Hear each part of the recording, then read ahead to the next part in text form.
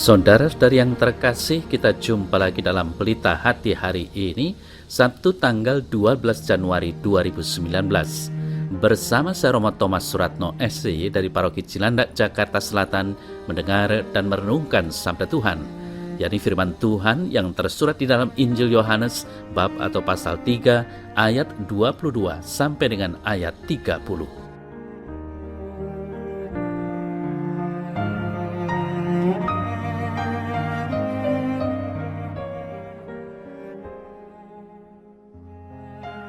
Sesudah itu Yesus pergi dengan murid-muridnya ke tanah Yudea, dan ia diam di sana bersama-sama mereka dan membaptis.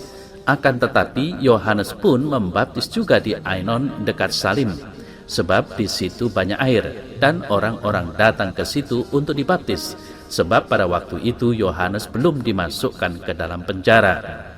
Maka timbullah perselisihan di antara murid-murid Yohanes dengan seorang Yahudi tentang penyucian. Lalu mereka datang kepada Yohanes dan berkata kepadanya, "Rabi, orang yang bersama dengan engkau di seberang sungai Yordan, dan yang tentang dia engkau telah memberi kesaksian, dia membaptis juga, dan semua orang pergi kepadanya." Jawab Yohanes, "Tidak ada seorang pun yang dapat mengambil sesuatu bagi dirinya, kalau tidak dikaruniakan kepadanya dari sorga. Kamu sendiri dapat memberi kesaksian bahwa aku telah berkata, aku bukan Mesias, tetapi aku diutus untuk mendahulunya. Yang empunya mempelai perempuan ialah mempelai laki-laki, tetapi sahabat mempelai laki-laki yang berdiri dekat dia dan yang mendengarkannya sangat bersukacita mendengar suara mempelai laki-laki itu. Itulah sukacitaku, dan sekarang sukacitaku itu penuh. Ia harus makin besar, tetapi aku harus makin kecil."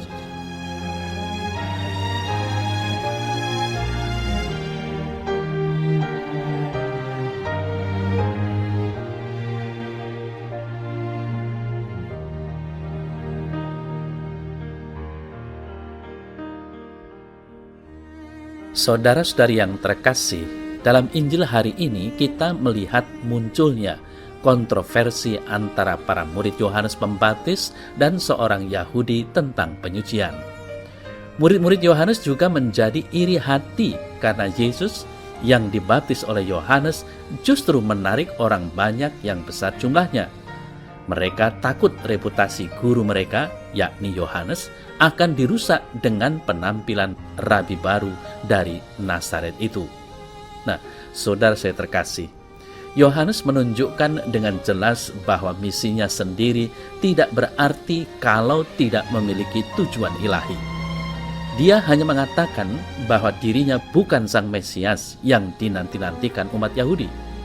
Yohanes mengaku bahwa dirinya hanyalah pendahulu, seorang pembuka jalan, seorang bentara. Yohanes berbicara blak-blakan. Ia tahu dan menyadari relasinya yang sesungguhnya dengan Yesus.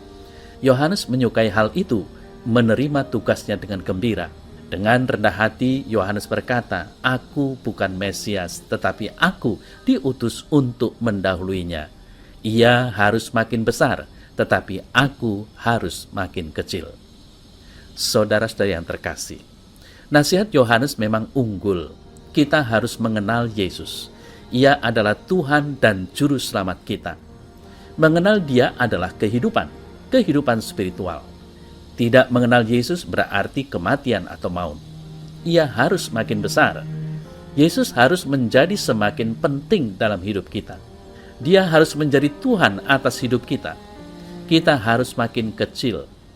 Kita harus memberikan kepada Yesus segala kemuliaan. Seperti Yohanes, kita harus mengetahui tempat kita dalam hubungan kita dengan Tuhan. Kita dapat memberi kesaksian dengan penuh kuasa seperti yang dilakukan Yohanes, namun rendah hati. Kita harus menarik perhatian orang-orang kepada Tuhan, bukan kepada diri kita sendiri, melainkan kepada Yesus Kristus. Saudara-saudari yang terkasih, rendah hati itulah keutamaan yang terutama yang dihayati oleh Yohanes Pembaptis. Rendah hati adalah sikap dan perilaku yang tidak suka menonjolkan dan menomorsatukan diri, yaitu dengan menenggang perasaan orang lain. Meskipun pada kenyataannya lebih dari orang lain, ia dapat menahan diri untuk tidak menonjolkan dirinya. Maka dari itu, baiklah kita semua umat beriman untuk menghayati keutamaan rendah hati ini di dalam cara hidup dan cara bertindak setiap hari, dimanapun dan kapanpun. Saudara-saudari yang terkasih, marilah kita hidup dan bertindak saling melayani, saling membahagiakan, dan menyelamatkan dengan dasar kerendahan hati dan bukan kesombongan diri. Pelayanan yang sejati yang dikehendaki Tuhan tidak lain adalah pelayanan yang dilandasi oleh semangat pengosongan diri Tuhan kita Yesus Kristus, semangat inkarnasi, Dia yang menjelma menjadi manusia.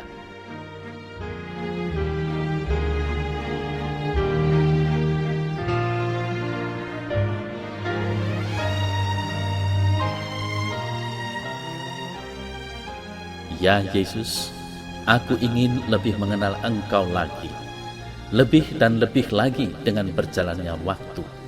Aku ingin mempercayakan diriku kepadamu saja, karena Engkau adalah Tuhan dan Juru Selamatku. Terpujilah namamu selalu. Amin.